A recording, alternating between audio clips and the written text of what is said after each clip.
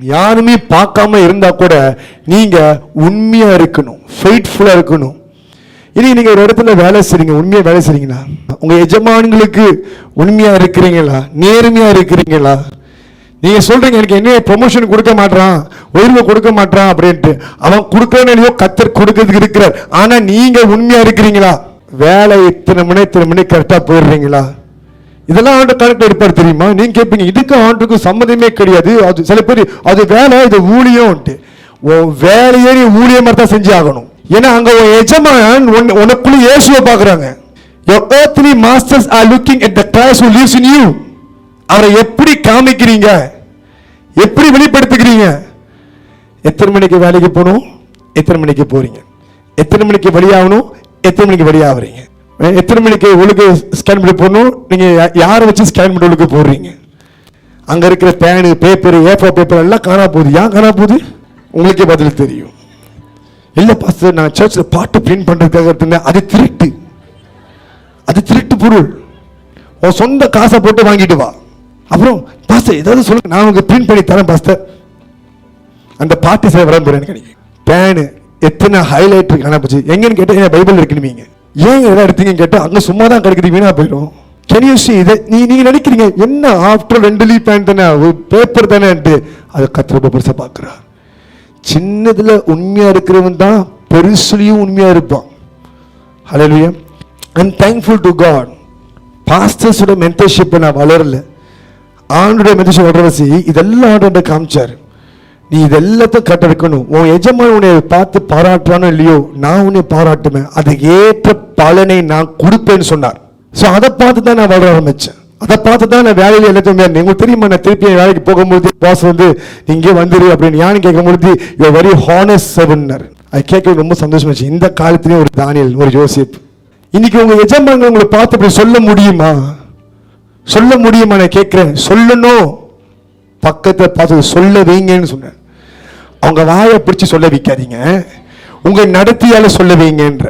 நான் சொல்றேன், உங்க பாஸ் உங்களுக்கு போனஸ் தராங்களோ இல்லையோ, இந்த மாதிரி டுடே காட் ஃபியரிங் பர்சன் சொன்னாலே அது பெரிய போனஸ், பெரிய போனஸ். பிகாஸ் ஹெவன் ரிஜாய்ஸ், பரலோகமே கொண்டாடும். பிகாஸ் உங்கள் நிமித்தம் இயேசுவின் நாமம் மகிமைப்பட்டிருக்குது. பூமியில எங்கேயும் நீங்க உண்மையா இருக்கிறீங்களா? இதெல்லாம் பார்த்துட்டு தான் கர்த்தர் உயர்த்துவார். நீங்க பாஸ்டர் முன்னுக்கு மட்டும் உண்மையா இருக்கிறீங்க, பாஸ்டருக்கு பின்னாடி வேற மாதிரி இருக்கிறீங்க. நீங்க மறந்துட்டீங்க, நீங்க பாஸ்டருக்கு பின்னாடி வேற மாதிரி இருக்கும்போது அது கர்த்தருக்கு முன்னாடி. பாஸ்டர் இருந்தா ரொம்ப அப்படியே இதா இருக்கிறீங்க, ஊழியம் ஓடுறீங்க, இது பண்றீங்க. ஆனா இல்லைன்னா நீங்க மற்றவங்களை ஊழியம் பண்றீங்க. So you must understand these things. என்ன தெரியுமா? கர்த்தர் பார்க்கிறார், தேவன் பார்க்கிறார். You are not here to gain the favor from the pastor. You are here to gain the favor of the heavenly master. பரலோக எஜமான்ட்டு உங்களுக்கு தயவு உண்டாகணும். அவருக்கு உண்மையா நீங்க இருக்கணும், அவருக்கு உண்மையா நீங்க நடக்கணும். நீங்க நிறைய காரியத்தை கொண்டு வந்து நீங்க சரி என்று காமிக்கிற மாதிரி நீங்க ஊருக்கே காமிக்கலாம், ஊருக்கே நீங்க இது பண்ணலாம். ஆனா கர்த்தர் உங்கள் உள்ளத்தை அறிந்திருக்கிறார். உங்களுக்குன்னு வரும்போது நீங்க என்ன பண்றீங்க, மற்றவங்க என்ன பண்றீங்க என்று பார்க்கிறார். எல்லாத்தையும் கர்த்தர் நிறுத்தி பார்க்கிறார். நீங்க உண்மையா இருந்தீங்கன்னா கர்த்தர் மேலும் மேலும் உங்களை உயர்த்திக்கிட்டே இருப்பார். உலகத்துல கர்த்தர் உங்களை ஒரு ஊழியக்காரனை கீழே வைத்திருக்கிறாரு, ஒரு எஜமானி கீழே வைத்திருக்காருன்னா அது ஏன் தெரியுமா? உங்களுக்குன்னு சொந்தமா ஒன்று கொடுக்கறதுக்கு முன்பாக நீங்க எப்படிப்பட்ட ஆளுன்னு பார்க்கிறார். இப்போ நீங்க ஒரு பிசினஸ் ஆரம்பிக்கிறதுக்கு இருக்கலாம், நீங்க பிசினஸ் ஆரம்பிச்சதுக்கு அப்புறம் நீங்க என்னெல்லாம் உங்க பாஸுக்கு செஞ்சீங்களோ நீங்க அதை கடந்து போவீங்க, உங்க ஸ்டாஃப் உங்களுக்கு செய்வாங்க. அதனால பிசினஸ் ஒர்க்கு பிளான் இருந்தா கொஞ்சம் ரிவைண்ட் பண்ணி பாருங்க, நீங்க என்னெல்லாம் பண்ணீங்கன்ட்டு. எந்த டேபிள் கீழே படுத்து தூங்குனீங்க, எங்க பாய விரிச்சு படுத்து தூங்குனீங்க, எல்லாம் நல்லா ஆராய்ந்து பாருங்க. அதை பார்க்கும்போது உங்களுக்கு தெரியும் நீங்க திறந்தா என்ன ஆவீங்க. பிசினஸ் நிறைய பேர் பார்த்துருக்கிறேன், மற்றவங்களோட காரியத்தில் உண்மையா இருக்க மாட்டாங்க, அவங்களுக்குன்னு வரும்பொழுது தான் அவங்க ஃபீல் பண்ணி செய்வாங்க. என்ன கேட்டா இதே கருத்தை ஊழியத்திலையும் செஞ்சிடாதீங்க. ஊழியம் வந்து மற்றவங்களோட ஊழியம் அப்படி கிடையாது, ஊழியம் கர்த்தரோட ஊழியம். ஒரு மனுஷனுக்கு கீழே கத்தை நாங்கள் உண்மையாக நீங்கள் இருக்கும்போது கத்தை உங்களை இன்னும் உயர்த்திட்டே போயிருப்பார், உயர்த்தி கொண்டு போயிட்டே இருப்பார்.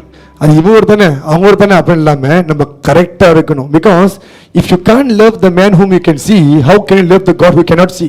காண முடிகிற மனுஷனுக்கிட்டே உண்மையாக இருக்க முடியல, நேசிக்க முடியும். எப்படி காண முடியாத தேவனுக்கு உண்மையாக இருந்து நேசிக்க முடியும்? முடியாது. அதான் உங்களுடைய எதிர்காலம் எப்படி இருக்க போது அது நீங்க இப்ப வாழ்ற வாழ்க்கையை பொறுத்து இருக்குது. You can feel that you very smart, நீங்க ரொம்ப ஸ்மார்ட், நீங்க எப்படியும் இது பண்ணுவீங்க. எல்லாமே கர்த்தருடைய கையில் அடங்கி இருக்குது. உங்க வாழ்க்கை எதிர்காலம் கர்த்தருடைய கையில் அடங்கி இருக்குது.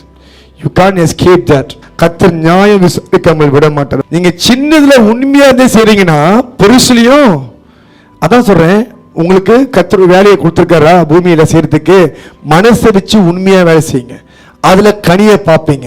உங்களை ஏமாத்தணும்னு நினைச்சா கூட கர்த்தர் உங்களை எப்படியும் ஆசீர்வதிப்பார். இந்த உலகத்தின் காரியம், இப்ப உலகத்தின் காரியத்தை கர்த்தர் நியாயம் விசாரிக்கிறாருன்னா ஊழியத்திற்கு எப்படி இருக்கும்?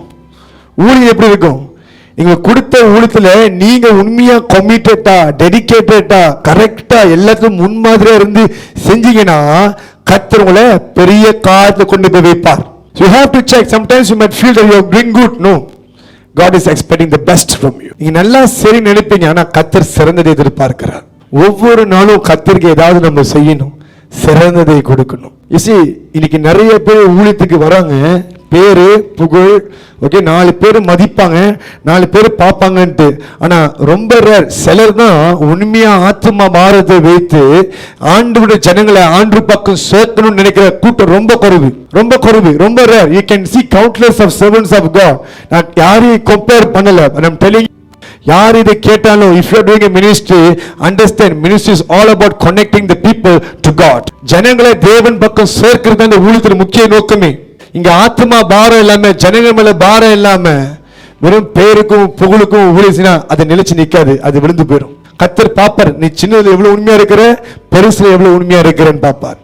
நம்ம எல்லா இடத்துலயும் உண்மையா இருக்க கற்றுக்கொள்ள வேண்டும். கர்த்தர் உயர்த்தினாலும் உண்மையா இருக்கணும், கர்த்தர் இறக்கினாலும் உண்மையா இருக்கணும். நம்மளோட மோட்டிவ் டைட்டில் பொசிஷன் அல்ல, நம்ம மோட்டிவ் கர்த்தருடைய இருதயம். நிறைய பேர் ஆரம்பிக்கும் பொழுது சரியாதான் ஆரம்பிப்பாங்க, ஆனா போற போக்கிலே அப்படியே மாறிடுவாங்க. அவங்க மைண்ட் செட் எல்லாம் அப்படியே மாறிடும். ஹல்லேலூயா. பட் யூ ரிமெம்பர், நம்ம எப்பவுமே நம்ம உள்ளத்தை செக் பண்ணி பார்க்கணும். why are we serving the Lord? what is the purpose? கர்த்தரை தான் பிரியப்படுத்த வந்திருக்கிறோம். and understand, you must not be a wall for the people to reach out to God. நீங்க ஒரு மதிலா இருந்தீங்கன்னா ஜனங்க தேவனிடத்தை சேர முடியாது. நீங்க ஒரு பாலமாக மாறினா தான் ஜனங்க உங்க மேல ஏறி அங்க போய் சேர முடியும். நீங்க மிதி வாங்கி தான் ஆகணும். ஒரு வழியில் மிதிக்கப்பட்ட வலிக்கும், இல்லைன்னு சொல்ல, வழி இல்லாத ஊழியமே இல்லை. மிதி வாங்கி தான் ஊழியத்தை செய்ய முடியும். பாதி பேர் எப்ப அந்த ஊழியமே வேணும்னு நினைக்கிறீங்க, பரவாயில்ல ஃபில்டர் பண்ணிட்டான் ஆண்டவர். ஆனா இதுதான் உண்மை. இதுதான் அந்த அந்த நாட்கால ஊழியனா பஞ்சுமெத்தல்ன்னுவாங்க. எல்லாமே பஞ்சுமெத்தல் இல்லை. நிறைய அவமானங்கள், நிறைய பிரச்சனை இருக்குது. யாருக்கு நல்லதுன்னு நினைக்கிறீங்களோ அவங்க தான் அவங்க முதலே குத்துவாங்க. ஆனா ஒவ்வொரு குத்தும் அபிஷேகத்தோடு வரும். ஒவ்வொரு முதல்ல வாங்க குத்தும், it comes, every backstabbing comes with a portion of anointing for you. அதை தான் உங்களை வளர்த்தெடுக்கும்.